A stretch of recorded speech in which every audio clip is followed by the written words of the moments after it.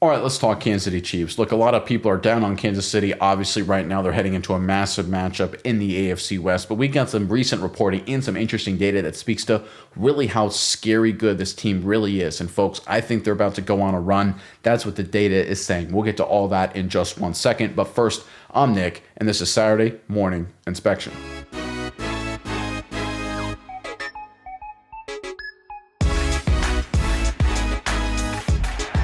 All right, this Kansas City Chiefs squad, obviously a lot of people for the second time this year are saying they're vulnerable, they're beatable. And listen, they're not perfect. No team is. But the reality is when you look at some reporting and look at the cold hard data, this team, folks, they are a serious force. And I think they're about to go on a massive run starting this Sunday. I think not just the playoffs, but the AFC West are still very much in the grasp of the Kansas City Chiefs. But let's get into the reporting, then get into the data, and you guys will see exactly where I'm coming from and why this Chiefs team is dangerous and why they've quietly pulled off an incredible move in terms of structuring their team to really turn things around the second half of the season. Anyway, let's get into the reporting first. This is courtesy of James Palmer TV on X. He writes, the fact that if the playoffs started today, the Chiefs wouldn't make the postseason, but at the same time, the Super Bowl favorite is bonkers. But it also tells you everything you need to know about Kansas City. And yeah, this is absolutely correct. Right now, the Chiefs are still the Super Bowl favorite. They are, a lot of sports books love them, even though if the playoffs started today, like James mentions, they wouldn't make it. They'd be on the outside looking in. Now, in all actuality, no one looks at the Chiefs and says they're not a playoff team. They clearly are. When you watch them play, they are a playoff team. They got their pedigree, coach, quarterback, defense, offense. They got everything you need. But when you dive into the data and the analytics, something really jumps out in terms of how good this Chief team really is. And it's one of those things where sometimes the raw data can be a little bit of a lagging indicator, right? Teams play good football, but sometimes, especially early in the season, first half of the season, you lose a few winnable games. Things go against you, right? We've seen that with Kansas City, if we're being totally honest. Obviously, you look at the Chargers game, look at the Philadelphia game. The reality is, the Jacksonville game obviously comes to mind. The reality is the Chiefs are playing good football. And this is just logic, but people forget this. The teams that play good football end up being good and they end up making the playoffs and doing good things in the playoffs. So let's jump into the data, guys, and we'll see exactly what I'm talking about. So this first graphic here, courtesy of True Media. All these plots are from True Media, great analytics company. Highly recommend if you're looking for an analytics platform.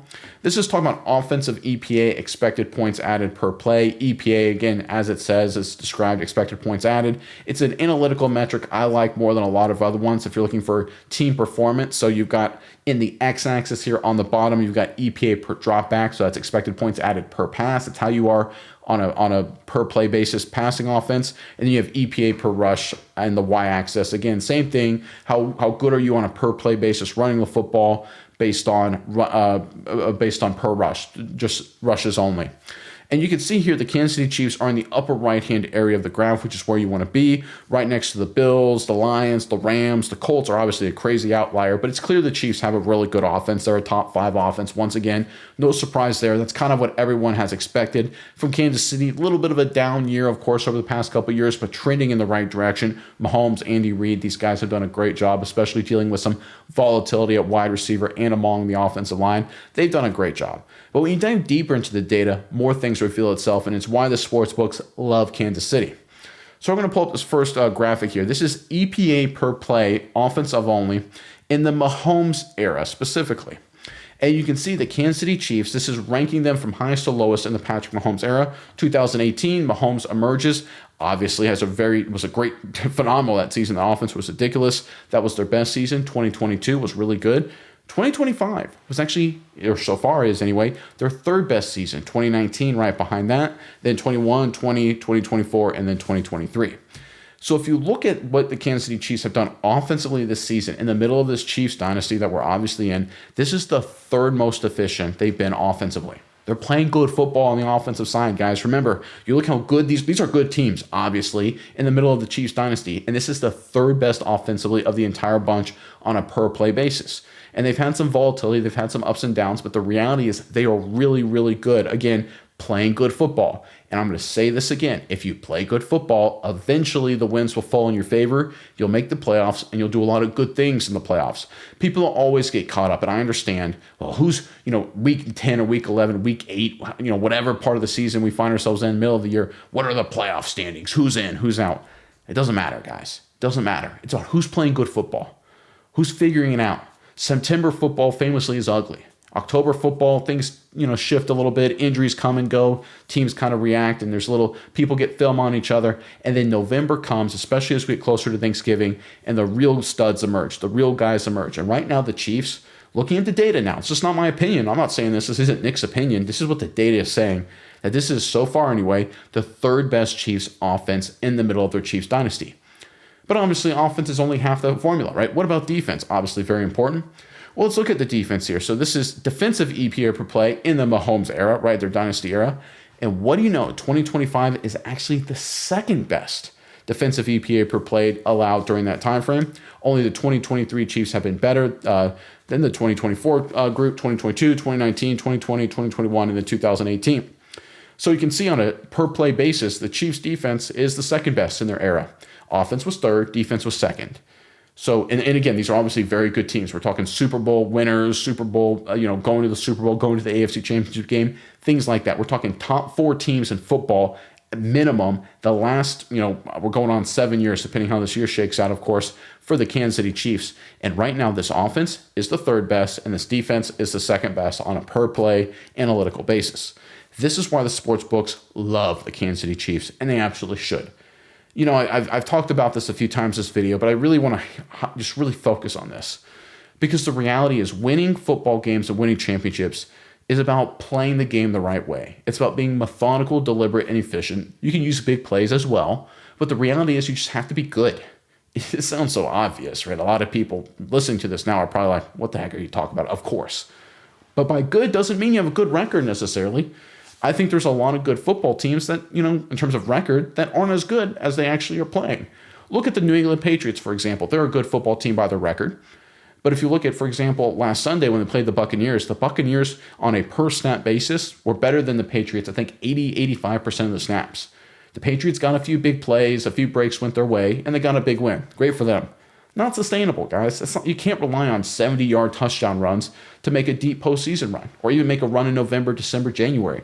What is sustainable? Methodical offense, good defense. Stuff travels, right? If you play in bad weather, if you rely on big plays, if you play a good defense that prevents the big plays, what do you do offensively? You run into some heartache, you run into some problems, and you eventually fall apart. We know about this, right? We've seen this for years. Teams that look really good in September, October, and then fall apart when it really matters. The Jacksonville Jaguars used to be like that. The Chargers used to be like that in the AFC West, right? They look really good. Oh, they're 8-4. Right, they're 9-5. They're 7-2. The Chargers are great. Remember those era, the Phillip Rivers kind of football teams, right? So long in the Chargers, good teams, talented teams. But when they got in November, December football, they always seemed to fall apart because while they were a talented bunch and they found a way to win, none of it was sustainable. They weren't actually a good team. They had too many flaws, whether they be coaching or certain parts of the roster. The Chiefs are playing good ball everywhere. Not perfect, but good ball everywhere. And that makes them, I think, the best team in the AFC, in a wide open AFC. People fall in love with storylines, right? That's just the reality, right? The NFL season is so much full of different storylines and it's such a roller coaster ride. It's easy to do. The Ravens turning the season around, right? The Steelers, are they collapsing? Are they not? The Bills, are they going to finally win a championship? The Patriots are doing good things, right? The Colts at Danny Dimes, Jonathan Taylor, look at that bunch. Storylines. None of it is sustainable, though. You can't win a championship on vibes. You can't win a championship on storylines. You can win a few games, right? You can make some big plays. The ball can bounce your way, and you can come away with a few wins. It can happen. You can play the game of your life, Buffalo's case, right? Not game of their life. It's probably a little harsh, but the game of their season at home, crowd on their side, beat the Chiefs in a one-score game, and then go lay an egg the next week, right? That can happen. But if you do that in December and January in the playoffs, like Buffalo has, they'll be knocked out by Kansas City or by someone else. You can't rely on the big plays. You can't rely on vibes. The only thing you can rely on is playing good football. And based on the data, that's exactly what the Chiefs are doing. All right, Kansas City fans, we got a little bit more to get into today. But first, I want to hear from you guys in the comment section below. Like I said, massive matchup this weekend. Broncos, Chiefs, AFC West rivalry. Huge game for both squads. Broncos trying to prove they're for real. Chiefs trying to live up to the data and the expectations. I like Kansas City, but I want to hear you guys in the comment section below. Give us your prediction for this matchup. Chiefs, Broncos, final score. Put it in the comment section below. Give us your reason why. Give us a little insight. Want to hear from you, Chiefs fans, Chiefs Kingdom. Let us know how you think it's going to go down. Want to hear from you guys. But without further ado, with that matchup in mind, let's pull up the matchup predictor here, courtesy of ESPN. So you have ESPN Analytics have the Chiefs with a 60% chance to beat the Broncos with a 39.7% chance to win. Obviously, it doesn't add up to 100 because ties can't happen in the NFL. Thank you, Green Bay. Thank you, Dallas, for showing us all that that is still possible in 2025 earlier this season. 0.3% chance of a tie, but the Chiefs, despite being on the road, are a 60-40 favorite. That's not a huge favorite, of course. 60-40 is pretty close to a toss-up, but considering the Broncos are right now tied at the top of the AFC, not the AFC West, but the AFC, and they've won a lot of games in a row playing good football. Broncos have been playing good ball. Defense is great. Sean Payton's offensive line's awesome. Sean Payton is a really smart play caller. Bo Nix is up and down, but he's a great athlete. He's been playing clutch ball, receivers, running backs, good group of guys, not great, but good. I mean, it's a good football team at home. Denver's such a tough place to play. And despite all of that, the analytics say the Chiefs are better. And the analytics, like I showed you, would confirm that. The Chiefs are playing great ball. But how about the odds makers? How about the sports books? What do they say? The smart money, so to speak. Well, the Chiefs, despite being, again, on the road, despite being, 2 games behind in the loss column, are 3.5-point road favorites. Folks, this is unheard of. I have never seen a team this late in this, Sue's almost knocked over tells you how crazy this is, right? Almost knocked over my setup here. I have never seen a team this late in the season going up against the number 1 seed or a team tied at the top of the number 1 seed in a conference on the road, right? And you're at least 2 losses behind in the loss column, 2 games behind in the loss column, and be a favorite. Let alone a 3.5-point road favorite. It's just bonkers. Remember, the home team, if they have a good home field advantage, gets 3 to 3.5 points in terms of the sports books and their favors. That basically means right now the sports books, the smart money, views the Kansas City Chiefs as being 6.5, 7 points better than the Denver Broncos. The number 1 seed right now, Denver Broncos. And it speaks to the analytics. It speaks to everything I just showed you. We know the records, say one thing, the Chiefs are 5-4. But the reality is the numbers and the eye test on the field, the smart money indicates both, that the Chiefs are a whole lot better than that record. And I think they're going to show it Sunday night with a massive, or Sunday afternoon, I should say, with a massive victory. Now, I'm not saying it's going to be easy. The Broncos at home are really good. They're very, very well coached. It's not going to be an easy game. I think it's going to be close. But the Chiefs just play good ball. Offense, defense, everything I brought up in this video, Obviously, anyone who's seen any of our film reviews, speaking of film, when it looks at some of these key players, they're doing some good things there as well. Well, hype my own content there. Of course, it's the game, got to do it. But the reality is this is a Chiefs team that's just better in every phase, right? The Broncos are good football team for sure. The Chiefs are better. Broncos are a good team. They're a playoff team. The Chiefs are championship caliber, just as we've seen in prior years. In fact, when you aggregate offense, defense, this is one of the best all-around Chiefs teams we've seen in their dynasty. And that makes them dangerous, and I think that's why they're about to pull off a massive victory over Denver. And credit Reed, Veach, the coaches, Spags, Mahomes, everybody for pulling off an incredible job. They've somehow quietly created maybe the best all-around team in their dynasty, and I think their championship run, starts on Sunday.